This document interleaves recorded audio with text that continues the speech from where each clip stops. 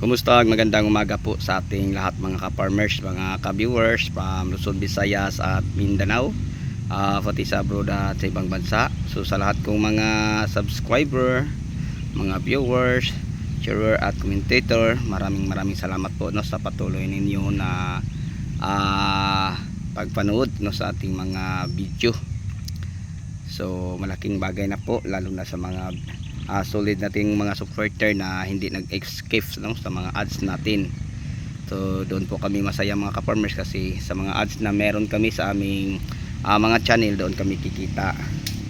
Okay, so sa lahat na mahilig sa ganitong usapin, kung pwede nilang hingin naman ako ng isang favor sa inyo, pwede kayo mag-join no.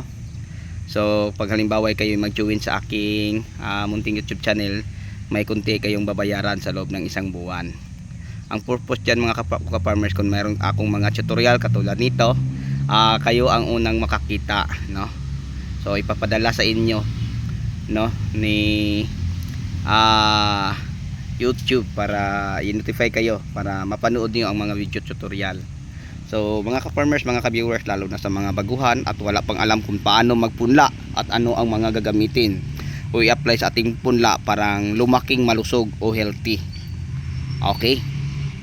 So ngayon mga ka-farmers, ito na po ang request no, sa isang farmers nating kaibigan na sabi niya pakilagay daw sa ating mga ka-farmers no, sa ating video ang mga produkto nating ginagamit, kasi kung pangalan lang hindi nila mamukhaan.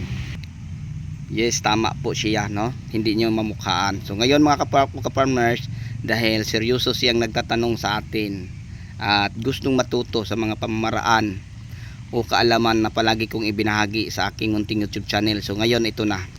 So isa-isa ko po itong ipapaliwanag kung paano po siya gagamitin natin. So una mga ka-farmers no, share ko lang po sa inyo.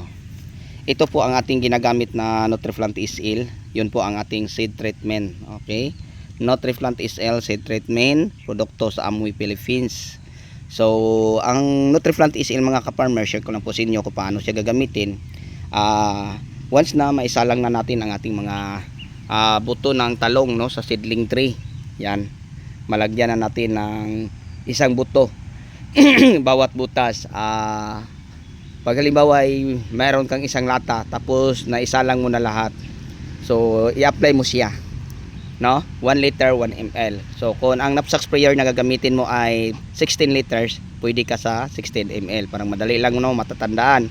Kung 20 liters naman po, 20 ml. Okay, so paano siya i-apply? Pagkatapos nating maisalang ang ating mga buto. So kung ang isasalang natin ay 2 lata, okay, tatapusin natin ang pagsalang, ang paglagay ng mga buto sa bawat butas ng ating hole. Kagaya nito mga ka-farmers, maglagay ako ng isang buto diha, isang buto, isang buto. Ilagay siya mga ka-farmers, katulad sa akin 2 lata to, nasa 20,000 kapin. So bawat butas nilagyan ko ng isang buto. Okay? And then once na maisalang na siya lahat, isprayhan. Ang i-spray, ito si Nutriplant SL. Yan.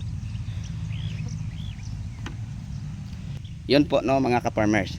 And then pagkalipas ng 4 na araw, buksan natin at ipapalo up natin ang pag-spray. Ang sukat ganun din, 1 liter 1 ml. Kung 16 liters ang inyong knapsack sprayer, 16 ml. Pag halimbawa ay 20 ml, isang 20 liters na din na knapsack sprayer. Okay? So yun po unang mga ka-farmers ang paggamit natin sa Nutriplant SL. First day, yung tapos nating maisalang, at saka pagtanggal natin ng dahon, kasi takpan po natin ito ng dahon. Okay, so kung gagayahin nyo ang aking ginagawa, yung naisalang ko, parang tinutupi-tupi ko lang mga ka-farmers no, ang mga seedling tray. And then pagka-4 na araw, yun binuksan, yan sibol na, and then nilatag. So bago ko ito inilatag mga ka-farmers, sinisiguro ko, kasi wala akong mesa, dahil hindi na namin kaya mga ka-farmers, dahil kulang sa tao no, hindi na kaya ang paggawa.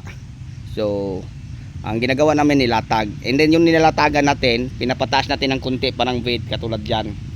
Then pagkatapos mga ka-farmers, ini-sprayhan ng insecticide para sa mga langgam, kasi yung bagong sibol nating mga buto na pinupunla, makamatis, masili, o maampalaya or maano kakagatin po no ng mga insekto o langgam. Ang langgam mga ka-farmers, napakapaborito po nila ang buto ng talong, ang buto ng sili, ang buto ng kamatis. Kaya nga proteksyonan natin ang ating mga butong isinasalang sa mga seedling tray, no, para magandang ang kinalalabasan. So ibig sabihin proteksyonan sila parang hindi tangayin sa mga langgam. Kasi mga kapwa ko ka-farmer, share ko lang po sa inyo, kung nakaka-experience na kayo sa pagpunla, tatangayin no sa mga langgam ang mga buto.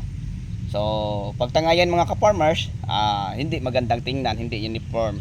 So ang ating mga ka-farmers, na-manage natin sila ng maayos kasi dahil may mga kunting idea at para na po tayo no sa paghahalaman o sa pagpupunla, sa pagtatanim o ano pang mga gawain din maraming bisis na natin inulit-ulit sa loob ng maraming taon kasi mag 35 years na po tayo sa pagtatanim. So sa loob ng 35 years mga ka-farmers, kita lang mismo ang nagpupunla. So yung ganitong pamaraan sa pagpupunla noon ay dahon pa lang ng saging, natutunan namin galing sa aming mga lolo at tatay namin kasi sila po yung mga magsasaka, and then hanggang namin ay mga magsasaka din. So ngayon mga ka-farmers, kita na ninyo no ang ating mga nagawa sa loob ng maraming taon. Okay, pangalawa mga ka-farmers, ito. Tapos na natin no na-explain ni Nutriplant SL. Si Nutriplant SL, mga benefisyong makukuha niya, share ko lang ulit sa inyo. May hormone siya para sabay-sabay magka-sprout. And then tumubo ang ating mga punlang talong o sili, ampalaya at iba pang ipupunla natin na malusog o healthy. And then depende lang mga ka-farmers no sa pag-monitor mo. Kung makita mo mga 5 to 6 days may mapansin kang parang may konting problema sa mga punla mo, kasi kita ang espesyalista sa ating mga punla o sa ating mga halamang pananim. So kung ang problema ay sakit tulad ng punggos, ito ang ating gagamitin. Paano natin malalaman na ito ay punggos? Kasi hindi natin maiwasan sa ating punla ay magkaka-dumping off. So ang dumping off mga ka-farmers, makukuha o makita natin ang sintomas sa ating tanim, yung sobra sa tubig, mas stress sila. So dahil sa liit na at hindi pa matibay, madali silang magkakasakit. Kaya ang pagdilig ay tamang-tama lang. Tamang mabasa, katulad dito, tamang mabasa, hindi sobra. Kasi pag sobra, malalanta to mga ka-farmers. So tamang pagdilig lang, no, ang inyong gagawin. And then kung kita yung stress, ito ang inyong i-apply, no, Serenid. Ang Serenid mga kapwa ko ka-farmers ay isa po siyang organic fungicide na produkto sa VR Company. Bacillus po siya. Ang ibig sabihin, good bacteria po siya na may kakayahang mag-control sa mga bad bacteria sa ating soil media nating ginagamit. Okay. Sa dosis na 40 ml sa isang knapsack sprayer, pwede na din siya mga ka-farmers i-spray natin. So ganun pa man, katamtamang pagbasa, hindi sobra. Kaya sasabihin pa natin ito'y Bacillus, may posibilidad din. Parang tao ba na lumsan. So yun lang po mga ka-farmers, no? Tamang-tama lang. So ang Actara natin mga ka-farmers ay produkto po siya sa Syngenta. So may iba din yung Berry Mark or Bertalco. Mas ito ang maganda mga ka-farmers, ang Actara. Subok ko na mga ka-farmers ang Actara na kayang magpagaling sa ating mga punla. So di ba, kung ang problema natin ay sakit tulad ng punggos, Serenid ang iuna natin sa 8 to 10 days. Pag halimbawa ay insekto, ito kagaya nito, may ilang puno ang napuputol, kinagat ng mga ang inuuna natin is Actara. So kagabi nag-Actara na tayo. Ang isang box mga ka-farmers na ganito, may laman po itong 15 sachet, nasa 2,000 na. Mahal na mga ka-farmers, 2,000 ka pin. And then 10 grams, no, 10 grams siya. So ang pag-apply nito mga ka-farmers, isang sachet na 10 grams, dalawang knapsack sprayer. I-spray siya. Okay? Ito ang ating ginagawang fertilizer sa ating mga punla. hindi yung mga granules na atin nilulusaw. Kasi ang iba, granules ang ginagamit nila. Alam nyo mga ka-farmer, share ko po sa inyo, hindi po ako gumagamit ng granules except lang sa Actara. Actara lang ang ating ginagamit at wala ng iba. Kung gusto ko man mga ka-farmers, no, na magpaparami ng ugat, ito makakatulong na din magparami ng ugat ang Actara.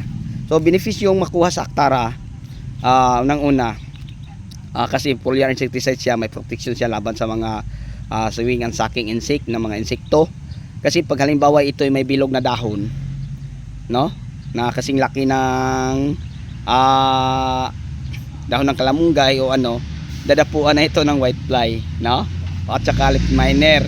So sa tulong ni Actara mga ka-farmers, maibsan ang pag-atake ng mga sucking insect, no, sewing and sucking insect mga ka-farmers. And then magpaparami din po siya ng ugat. So ibig sabihin mga ka-farmers, maganda na at sufficiente na ang Actara para sa ating mga punlang na isa lang, kahit anong klaseng mga punla pwede po sila. Okay, so yun lang po, no, mga kapwa ko ka-farmers ang ma-share ko po sa inyo. So sa nag-request sa akin na sir, pwede mo pa ipapakita ang mga produktong ginagamit mo at paki-explain naman kung paano gamitin, sana may natutunan ka at napagbigyan na po natin yung request mo. So ito lang ang gamit ko mga ka-farmers. And then may isang produkto lang po tayo yung wala din kasi nauubusan, no, yung Neve Ultra. Ang Neve Ultra mga ka-farmers, pang paugat lang din po siya. Okay, so ang Neve Ultra, mga kapwa ko ka-farmers, kung gusto mo parang mas lalo pang dumami ang ugat, yan pwede. Pero pag may Actara ka, sapat na yun, no? Kasi si Actara at saka si same lang ang purpose. Pero espesyalista lang si Neve Ultra para sa ugat, no? Ugat lang din ang kanya. And then si Actara naman, foliar insecticide na may may ibigay tulong na magpaparami ng ugat, magpapahaba ng ugat sa ating mga punla. And then may insecticide pa, maganda na din po. So yun lang po, no, mga kapwa ko ka-farmers, ang ating insecticide sa punla, ito si Actara. Ang ating fungicide sa punla, ito si Serenade. Kung walang Serenade mga ka-farmers, pwede ang Bio Agronica Plus, no? Maganda siya din sa punla. So yun lang po ang kadalasan nating ginagamit. At saka si Nutriplant SL. Kung walang Nutriplant SL, Nutriplant SD, same lang din po sila. Okay, so yun lang po siguro ang ma-share ko at may bahagi po sa inyo mga ka-farmers. So yun ang mga produkto na ating ginagamit. So ito ay request video lang na ipapakita sa atin ang mga produkto na ating ginagamit sa punla. So sana po mga ka-farmers at saka sa nagtatanong, salamat sa inyong pag-request, kasi ang inyong request video na ating gawa ng content ay dagdag content ko araw-araw. At nakapagbigay din kayo, no, ng idea sa akin kung paano ako gumagawa ng content. So dahil sa inyong walang tigil na pag-request, ayan, hanggang ngayon tuloy-tuloy pa din ang ating pag-a-upload ng video sa umaga or sa hapon. Late man sa umaga, at least meron mga ka-farmers. So check nyo lang kung isa kang mahilig sa ganito sa pinabot farming, o abangan nyo lang ang mga ina-upload nating mga video, kasi araw-araw po tayo may upload ng mga video, basta mayroon lang po tayong internet connection. Kasi ang internet connection mga ka-farmers, yon lang ang magpapahinto sa atin kung bakit hindi tayo makapagpa-upload ng mga video natin araw-araw.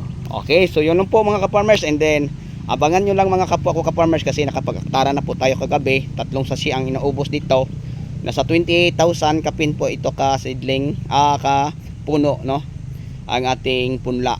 So marami mga ka-farmers. And then kita niyo kung ang kanilang laki, pantay sa laki, walang maliit, walang kasi dahil po sa tulong po ni Nutriplant SL, kasi yon ang trabaho niya, na sabay silang magkaka-sprout, sabay tumubo, sabay lumaki. So pantay-pantay sila mga ka-farmers, kaysa hayaan lang natin, kasi sabi ng ay naka-NutriShield na ang mga punla na galing sa Swiss na ating ginagamit. Kaysa sabihin pa natin may na mga ka-farmers, mas maganda na idagdag pa natin. Hindi naman po ito makakasira, ito po ay makakatulong parang mas lalo pang gumanda ang tubo ng ating mga punla. So kung gusto mo at pangarap mo na magkakaroon ka ng mga magagandang punla na itatanim mo sa inyong bukirin, yan, pwede nyo na itong gayahin, mga kapwa ko ka-farmers. Okay, so hanggang dito na lang. Maraming salamat po. Hanggang sa muli. Ako na po ay magpapaalam. So bago natin ito tapusin, mega love shout out sa lahat ng mga subscriber na palagi pong sumusuporta at pinapanood ang ating mga video at hindi ini-skip ang mga ads. So dahil po sa inyong patuloy na panonood ng aking mga video, kumikita na po tayo. So yun po, no, mga kapwa ko ka-farmers. Thank you. Bye bye and God bless. Happy watching.